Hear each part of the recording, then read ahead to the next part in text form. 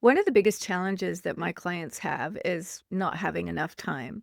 And so, in this week's episode of Weekly Momentum, I wanted to offer a super short version of Weekly Momentum, super short, so that no matter what is going on with you, you can fit in the process of Weekly Momentum, even in the busiest of weeks. So, Weekly Momentum is a process that I've been doing for a decade now.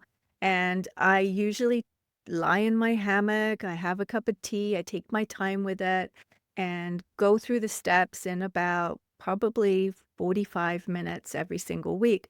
But I do acknowledge that sometimes life gets busy and maybe you don't have the time to go through a full weekly momentum process. So, what I wanted to create for you here is I wanted to distill it down. I wanted to challenge myself. How simple and short could I make the process? So, I've distilled it down to four simple questions. And this episode will always be here waiting for you if you're having a super busy week and you're feeling crunched for time. You can come back and simply move through this abridged version of the process so that you can stay in momentum. So here we go. Fasten your seatbelt. If you blink, you're going to miss it. Let's get started in this week's weekly momentum. Remember, weekly momentum is 4 steps. We have rewind, we have realign, we have plan, and we have plug in. So I'm going to distill it down to one question for each of the steps so that you can stay in momentum no matter how long you have. All right, step one, rewind. What I want you to ask yourself is, what did you learn last week? What did you learn last week? Write down 1 or 2 things that you learned last week. Step 2, realign. How did you move forward last week? What have you done? What have you received? What have you shifted? What have you let go of? How did you move forward last week?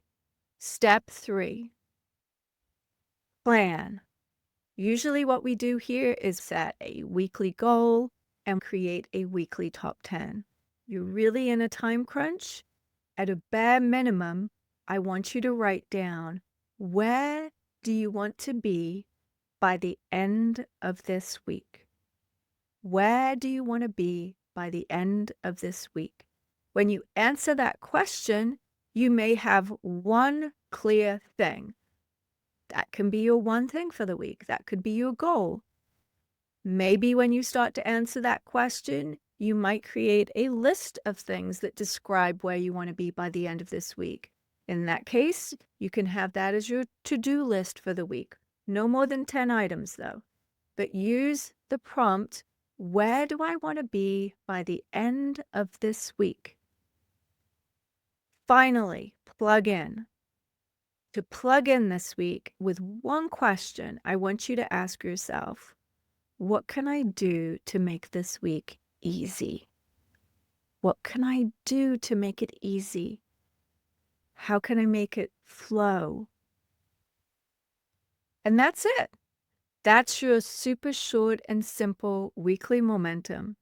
Now, I'm a huge fan of the full process, and I'll be doing that myself this week, but I wanted to give you the short and simple version so no matter what, you can at least go through all 4 steps of the process and enjoy the benefits of weekly momentum, no matter how much of a time crunch you're in. So, with that, I'll see you next week for a full, fleshed out version of weekly momentum. Much love. I'll see you in momentum.